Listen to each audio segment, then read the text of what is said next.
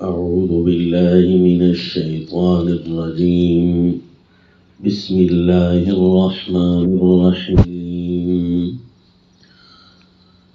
ألف لام ميم ذلك الكتاب لا ريب فيه هدى للمتقين. وصلى الله على النبي الكريم. سورة البقرہ. اس سورت کا تعارف اور اس کا دعویٰ یہ ہے کہ یعنی یہ سورت نازل کیوں ہوئی، اس پوری سورت میں کیا ہوگا. مختصراً کہ اس سورت میں ہوگا جس کی عربی تعبیر ہم یوں کرتے ہیں ہدی الایمانی والصلاح یا ہدی الایمانی والصلاح والزجر عن الکفر والفساد.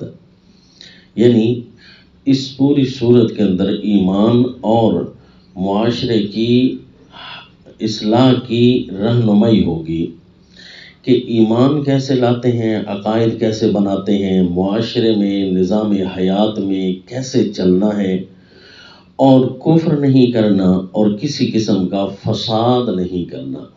فساد کے راستے بند ہوں گے، کفر سے انکار ہوگا، ایمان کی رہنمائی ہوگی، معاشرے کی اصلاح کی اور نظام حیات مرتب ہوگا. اس کی وجہ یہ ہے کہ اللہ تعالیٰ کی الوہیت کے اعلان کے بعد کہ حاکم، مالک، خالق، تمہارا سب سے بڑا حکم چلانے والا صرف اور صرف اللہ ہے. تم زمین پر آئے ہو، یہاں کی مخلوق نہیں ہو، لیکن یہاں سے تمہارے جسم کو پیدا کر کے اس کو بطور لباس تمہیں دیا گیا ہے. اصل تمہارا کچھ اور ہے اور تم نے کہیں اور رہنا ہے، وہ ہے جنت. اس لیے تو زمین پر اللہ نے امتحان کے لیے تمہیں بھیجا ہے کہ چند لمحات وہاں امتحان کے گزار کر سیدھا اسی جنت میں، اور جس کا تمہاری وراثت میں پڑی ہوئی ہے، تمہارے والدین کو ہم نے وہی عطا کی تھی. اسی لیے تو دن قیامت جنتیوں کو جب جنت ملے گی تو اس وقت اعلان کیا جائے گا تلک الجنت التی اورثتموها بما کنتم تعملون. یہ وہ جنت ہے جو وراثت میں تمہیں دی گئی ہے اور وراثتاً تم اس کے مالک بنا دیے گئے ہو. یہ اللہ کریم کا فضل و احسان ہوگا کہ اللہ نے انسانوں کو جنت کے لیے پیدا کیا ہے. تو اب گویا اس زمین پر ہزاروں کروڑوں اربوں پلینٹ اور بھی تھے. اس زمین پر اللہ تعالیٰ نے نظام حیات مرتب کیا اور یہاں پر ہمیں بھیجا. اللہ مالک الملک ہیں، مرضی کے مالک ہیں، جہاں بھی بھیج سکتے ہیں. یہاں آنے سے پہلے اللہ نے، چونکہ ہم یہاں کے مخلوق تھے نہیں، ہم یہاں گویا کہ خلائی مخلوق ہیں، جسے ایلین سے بھی تعبیر کر سکتے ہیں. واقعی ہم یہاں کی خلائی مخلوق ہیں، ہم یہاں پر رہنے والے نہیں، ہم کسی اور جگہ جانے والے ہیں. اسی لیے تو جب ہماری روح نکلتی ہے تو وہ کسی اور عالم میں پہنچ جاتی ہے جہاں کی وہ جس جہاں کے اس نے امتحانات پورے کیے تھے.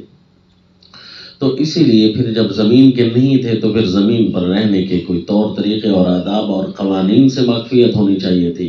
تو اسی لیے اللہ نے جو پہلی صورت ہمارے لیے بنائی ہے وہ یہ ہے سورہ البقرہ. اپنے اعلان الوہیت کے بعد سورہ البقرہ کہ زمین پر تم رہو گے کیسے، تو اس لیے اللہ نے یہاں پر کچھ احکامات دیے ہیں. اسی لیے تو اس صورت کے اندر وہ واقعہ بھی بیان کیا ہے جس میں سیدنا آدم علیہ الصلوۃ والتسلیم کو اللہ نے جنت میں رکھ کر ٹریننگ دی ہے، یعنی آپ کی تربیت کی ہے کہ کچھ کام کرنے ہیں اور کچھ کام ایسے ہیں جو نہیں کرنے. تو امر و نہی کی اللہ نے تربیت کروائی.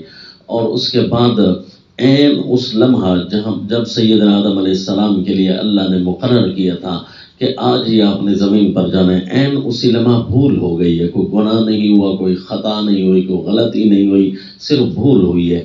تو بھول جب ہوئی ہے تو عین اسی لمحے بھول ہوئی ہے جس لمحے آپ نے جانا تھا. فنسی آدم ولم نجد له عزما. اللہ کریم فرماتے بھول گئے تھے، ہم نے ان کے گناہ کا ارادہ تک نہیں پایا. تو جب بھولے تو معافی مانگی تو اللہ نے فرمایا ہم نے تو پہلے ہی سے معاف کر رکھا ہے. لیکن چونکہ شیطان کی کوشش یہی تھی کہ جنت سے نکل جائیں، تو اگرچہ اس کی کوشش اس حد تک تو کامیاب نہ ہو سکی کہ وقت سے پہلے نکالا، بلکہ عین اسی لمحے بھول بھی رہے تھے تو وہ چونکہ خوش ہو رہا تھا لہذا کیس اس پر بھی بن گیا. فَأَزَلَّهُمَا الشَّيْطَانُ عَنْهَا فَأَخْرَجَهُمَا مِمَّا كَانَا فِيهِ. کیس اس پر بنا لیکن ان پر کوئی کیس نہ بنا اور نہ ان کا کوئی وقت ضائع ہوا.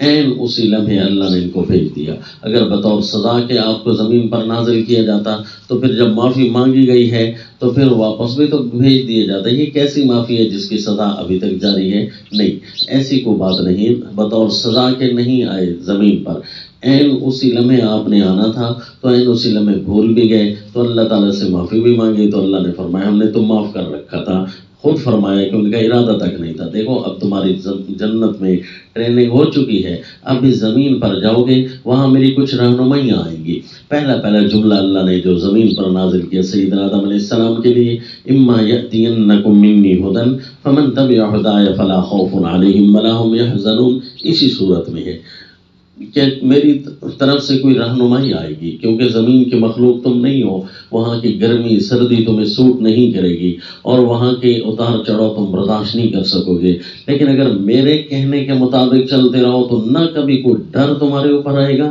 اور نہ بھی کبھی کوئی غم تمہارے اوپر آئے گا۔ لا خوف علیہم ولا ھم یحزنون، انسانی زندگی سے دو چیزیں نکل جائیں، کسی چیز کا ڈر نہ ہو، نہ کسی انسان کا، نہ کسی درندے کا، نہ کسی کمی کا، نہ کسی پیسے کا، نہ کسی خوراک کا، نہ کھانے پینے کا، نہ رہائش کا، تو پھر بات ہی ختم ہو جاتی ہے۔ لیکن اس کے ساتھ ہے کہ غم بھی نہ ہو، کسی قسم کا کوئی دکھ پریشانی نہ لگے تو بس وہ بندہ فائز ہے، کامیاب ہے۔ فرمایا اگر اس زمین پر میرے دیے ہوئے نظام حیات کے مطابق چلتے رہے تو نہ غم تمہارے قریب بھٹکے گا کہیں بھی، کسی عالم میں بھی، اور نہ تمہارے اوپر کبھی کوئی خوف آئے گا۔ خوف اگر آنے بھی لگا آزمائش کے طور پر تو میں اللہ فوراً اسے ہٹا لوں گا، اس کے لیے ہم تمہارے لیے فوائد ہی فوائد ہم بھیج دیں گے۔ تو اسی لیے اس صورت کو گویا نظام حیات کہا جاتا ہے۔ اب اس کی عربی تعبیر بھی آپ نے سن لی اور اس کا ترجمہ اور اس کا مفہوم بھی سن لیا کہ یہ صورت کیوں آئی ہے۔ نظام ہدی الایمان والصلاح والزجر عن الکفر والفساد، ہدی الایمان والصلاح والزجر عن الکفر والفساد، ایمان اور صلاح یعنی اعتقاد اور معاشرے کے اندر صلاحیت سے کیسے رہنا ہے، صالح معاشرہ کیسے بنانا ہے، اس کی رہنمائی ہوگی، اور کفر اور فساد سے زجر ہوگا۔ یہ تو آپ نے اس کا تعارف کرایا، اور اب اس کو مختصراً دو لفظوں میں کیسے تعارف کرانا ہے، بھئی یہ صورت کیوں نازل کی اللہ نے، تو آپ کہیں گے الاحکام الالہیہ، اس صورت کے اندر اللہ کے احکام ہیں، اللہ والے احکام ہیں کہ جن احکام پر چلتے ہوئے ہم نے نظام حیات، مرتب شدہ نظام حیات پر چلنا ہے۔